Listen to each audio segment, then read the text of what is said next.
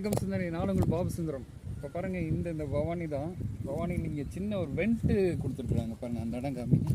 ஆக்சுவலாக இங்கே பாருங்கள், வெண்ட்டு ரீபைப்பு 1 feet டயா கட் 1 or 2 acresங்க. இது என்னென்னு கேட்டிங்கன்னா, நமக்கு இந்த சின்ன இந்த பெரிய ஏரியிலேருந்து இந்த வெண்ட்டு விட்டுருக்குறாங்க. ஆக்சுவலி இந்த வெண்ட்டு வந்து க்ளோஸ் பண்ணியிருக்காங்க. க்ளோஸ் பண்ணனால தான் அங்கே தண்ணி கம்மியாக போகும். இந்த வெண்ட்டு ஓப்பன் பண்ணாங்கன்னா தண்ணி ஃபாஸ்ட்டாக போகும். ஸோ அந்த செட்டப் வந்து இங்கே பண்ணியிருக்காங்க.